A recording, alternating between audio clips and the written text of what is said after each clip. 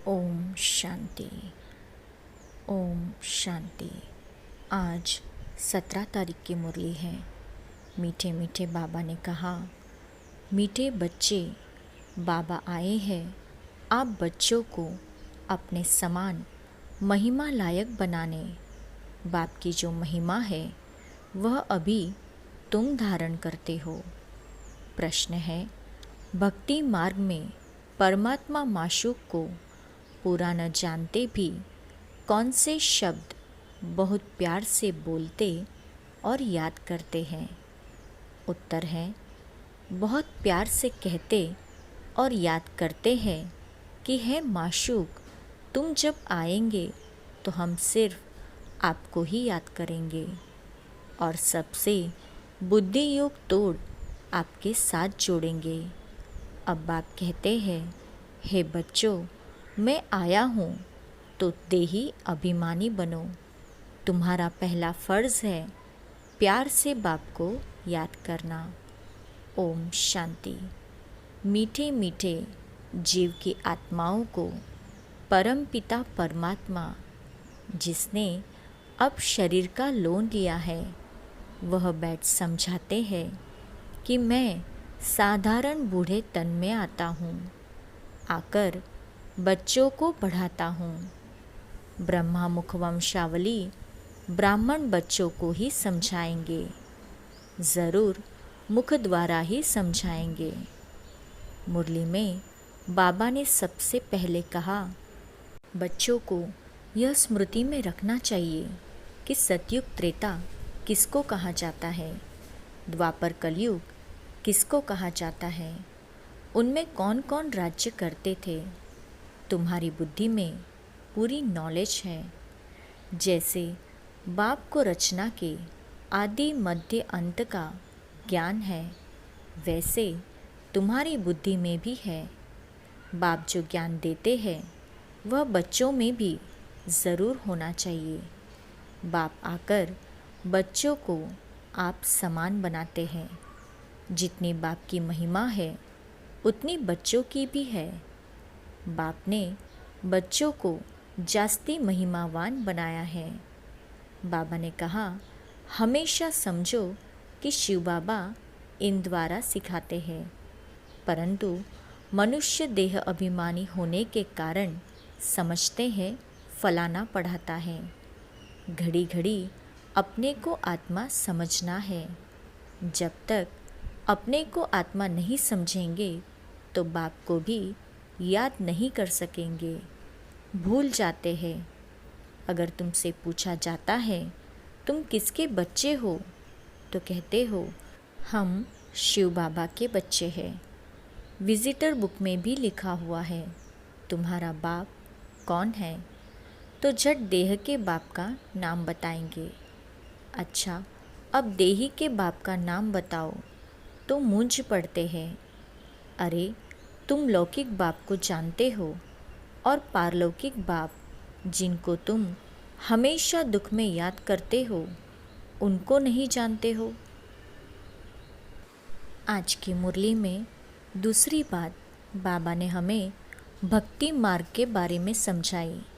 बाबा ने कहा, भक्ति मार्ग में पूजा के लिए बड़ा बड़ा लिंग रख देते हैं, क्योंकि अगर बिंदी का रूप दिखाए तो कोई समझ न सके।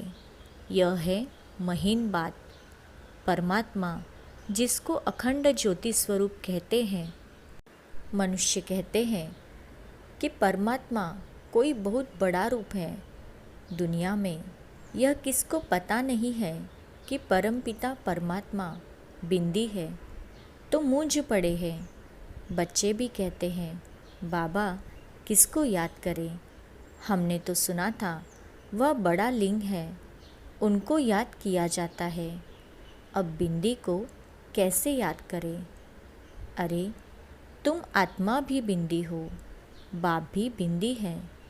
आत्मा को बुलाते हैं, वह ज़रूर यहाँ ही आकर बैठेंगे। भक्ति मार्ग में जो साक्षात्कार आदि होता है, यह है सब भक्ति। भक्ति भी एक की नहीं करते, बहुतों को भगवान बना दिया है। अगर परमात्मा सर्वव्यापी कहते हैं तो फिर भक्ति किसकी करते हैं? सो भी भिन्न भिन्न प्रकार की भक्ति करते हैं। मनुष्य भक्ति करते ही है भगवान से मिलने के लिए। यज्ञ, तप, दान, पुण्य आदि करना, यह सब भक्ति है। सब एक भगवान को याद करते हैं। बाप कहते हैं, मैं तुम्हारा पतियों का पति हूँ, बापों का बाप हूँ। सब बाप भगवान को याद ज़रूर करते हैं। आत्माएं ही याद करती है। कहते भी है, हे भगवान रहम करो, हे भगवान एक बच्चा दो, मांगते हो ना। आज के तीसरी पॉइंट में बाबा ने हमें समय का इशारा करते हुए कहा, बच्चे ऐसे मत समझो कि हमको अनेक वर्ष जीना है। अभी समय बहुत नज़दीक होता जाता है, तो निश्चय रखना है बाबा को ब्रह्मा द्वारा स्थापना करानी है। बाप खुद कहते हैं, मैं इस द्वारा तुमको सृष्टि के आदि मध्य अंत का राज बताता हूँ। गाते भी है ब्रह्मा द्वारा स्थापना, तुम्हारी बुद्धि में आना चाहिए। बाप ज्ञान का सागर है, मनुष्य सृष्टि का बीज रूप है, वही पतित पावन है। बाबा ने हमें अपने कर्तव्य के बारे में समझाया। जो बाप का धंधा है वही तुम्हारा भी है। तुम भी पतित से पावन बनाते हो। यहाँ तुमको बाप एक ही धंधा सिखाते हैं कि तुम पतितों को पावन बनाओ। सबको यह लक्ष्य दो कि शिव बाबा कहते हैं, मुझे याद करो। गीता में तो कृष्ण भगवानुवाच उल्टा लिख दिया है।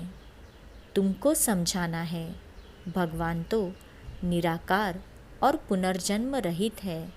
अब बाप समझाते हैं, तुम अपने को शरीर मत समझो, घड़ी घड़ी अपने को आत्मा निश्चय करो, आत्म अभिमानी बनो। बाप भी निराकार है, यहाँ भी शरीर लेना पड़ता है समझाने के लिए। बिगर शरीर तो समझा नहीं सकेंगे। तुमको तो अपना शरीर है, बाबा फिर लोन लेते हैं। बाकी इसमें प्रेरणा आदि की कोई बात नहीं। बाप खुद कहते हैं, मैं यह शरीर धारण कर बच्चों को पढ़ाता हूँ, क्योंकि तुम्हारी आत्मा जो अभी तमो प्रधान बन गई है, उनको सतो प्रधान बनाना है। यह कोई भी भारतवासी की बुद्धि में नहीं आता कि भारत ही स्वर्ग था। यह लक्ष्मी नारायण मालिक थे और कोई खंड नहीं था। अब तो अनेक धर्म आ गए हैं। भारतवासी धर्म भ्रष्ट, कर्म भ्रष्ट बन गए हैं। कृष्ण को श्याम सुंदर कह देते हैं, परंतु अर्थ समझते नहीं। बरोबर यह सावरा था ना। कहते हैं, कृष्ण को सर्प ने डसा तो सावरा हो गया। अब वह तो सतयुग का प्रिंस था, कैसे काला हो गया? अभी तुम यह बातें समझते हो। तुम्हारी बुद्धि में ज्ञान है। ज्ञान है दिन, भक्ति है रात। अंधियारी रात में ठोकरें खाते रहते हैं। अभी तुम बच्चों को समझाया जाता है, घर में रहो, यह सर्विस भी करते रहो। कोई को भी समझाओ, तुम आधा कल्प के आशिक हो, एक माशूक के। अब बाप समझाते हैं, तुम देही अभिमानी बनो। बाप को याद करना तुम बच्चों का पहला फ़र्ज़ है। आज की मुरली में चौथी बात बाबा ने बताई कि नौंधा भक्ति किसे कहते हैं और विष्णु कौन है। बाप कहते हैं, मैं गुप्त आता हूँ। खुदा दोस्त की कहानी सुनी है ना। अब यह पुल है कलयुग और सतयुग के बीच का, उस पार जाना है। अब खुदा तो बाप है, दोस्त भी है, माता पिता शिक्षक का पाठ भी बजाते हैं। बाबा ने कहा, यहाँ तुमको साक्षात्कार होता है तो जादू जादू कह देते हैं। साक्षात्कार तो नौंदा भक्ति वालों को भी होते हैं। बहुत तीखे भक्त होते हैं। दर्शन दो, नहीं तो हम गला काटते हैं। तब साक्षात्कार होता है। उनको नौंदा भक्ति कहा जाता है। यहाँ नौंदा भक्ति की बात नहीं। घर में बैठे बैठे भी बहुतों को साक्षात्कार होते रहते हैं। बाबा ने कहा, दिव्य दृष्टि की चाबी मेरे पास है। अर्जुन को भी मैंने दिव्य दृष्टि दी ना। यह विनाश देखो, अपना राज्य देखो। अब मामेकम याद करो तो यह बनेंगे। बाबा ने समझाया कि दुनिया वाले यह नहीं जानते कि नई दुनिया विष्णुपुरी को कहा जाता है, अर्थात विष्णु के 2 रूप राज्य करते हैं। किसको पता नहीं है कि विष्णु कौन है? तुम जानते हो कि यह ब्रह्मा सरस्वती ही फिर विष्णु के 2 रूप लक्ष्मी नारायण बन पालना करते हैं। ब्रह्मा द्वारा स्थापना विष्णुपुरी अर्थात स्वर्ग की फिर पालना करेंगे। किसी को भी यह ज्ञान नहीं है, न शिव बाबा का न विष्णु का। अभी तुम समझते हो विष्णु कौन है। मंदिर बनाने वाले खुद नहीं जानते। विष्णु द्वारा पालना 4 भुजा का अर्थ ही है 2 भुजा मेल की, 2 भुजा फीमेल की। बाबा ने समझाया, विष्णु के 2 रूप लक्ष्मी नारायण हैं। 5वीं मुख्य बात बाबा ने बताई कि भारतवासी गीता की बात ही भूल गए हैं कि भगवान वाच है कि काम महाशत्रु है, उस पर जीत पानी है। कहने लगे, स्त्री पुरुष दोनों इकट्ठे आए तो उनको ज्ञान दो, अकेले को नहीं दो। अब दोनों आए तो देवे ना। देखो, दोनों को इकट्ठा देते भी हैं। कोई ज्ञान लेते हैं, कोई नहीं लेते हैं। तकदीर में नहीं होगा तो क्या कर सकते हैं? एक हंस एक बगुला बन पड़ते हैं। यहाँ तुम ब्राह्मण देवताओं से भी उत्तम हो। जानते हो, हम ईश्वरीय संतान हैं, शिव बाबा के बच्चे हैं। वहाँ स्वर्ग में तुमको यह ज्ञान नहीं रहेगा। न जब निराकारी दुनिया मुक्ति धाम में होंगे तब यह ज्ञान होगा। यह ज्ञान शरीर के साथ ही खत्म हो जाता है। अभी तुमको ज्ञान है। एक बाबा पढ़ा रहे हैं। अब यह खेल पूरा होता है। सब एक्टर्स हाजिर है। बाबा भी आया है। रही हुई आत्माएं भी आती रहती हैं। जब सब आ जाएंगे तब विनाश होगा। फिर सबको बाप साथ ले जाएगा। सबको जाना है। इस पतित दुनिया का विनाश होना है। अच्छा, मीठे मीठे सिकिलदे बच्चों प्रति माता पिता बाप दादा का याद प्यार और गुड मॉर्निंग। रूहानी बाप की रूहानी बच्चों को नमस्ते। हम रूहानी बच्चों की रूहानी माता पिता बाप दादा को याद प्यार, गुड मॉर्निंग और नमस्ते। धारणा के लिए मुख्य सार। पहली पॉइंट है, पतित से पावन बनाने का धंधा जो बाप का है वही धंधा करना है। सबको लक्ष्य देना है कि बाप को याद करो और पावन बनो। दूसरी पॉइंट है, यह ब्राह्मण जीवन देवताओं से भी उत्तम जीवन है।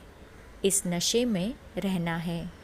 बुद्धि का योग और सबसे तोड़ एक माशूक को याद करना है। आज का वरदान है, आसक्ति को अनासक्ति में परिवर्तन करने वाले शक्ति स्वरूप भव। आसक्ति को अनासक्ति में परिवर्तन करने वाले शक्ति स्वरूप भव। शक्ति स्वरूप बनने के लिए आसक्ति को अनासक्ति में बदलो। अपनी देह में, संबंधों में, कोई भी पदार्थ में यदि कहाँ भी आसक्ति है तो माया भी आ सकती है और शक्ति रूप नहीं बन सकते। इसलिए पहले अनासक्त बनो, तब माया के विघ्नों का सामना कर सकेंगे। विघ्नों के आने पर चिल्लाने व घबराने के बजाय शक्ति रूप धारण कर लो तो विघ्न विनाशक बन जाएंगे। आज का स्लोगन है, रहम निस्वार्थ और लगाव मुक्त होना चाहिए, स्वार्थ वाला नहीं। रहम निस्वार्थ और लगाव मुक्त होना चाहिए, स्वार्थ वाला नहीं। अच्छा, ओम शांति।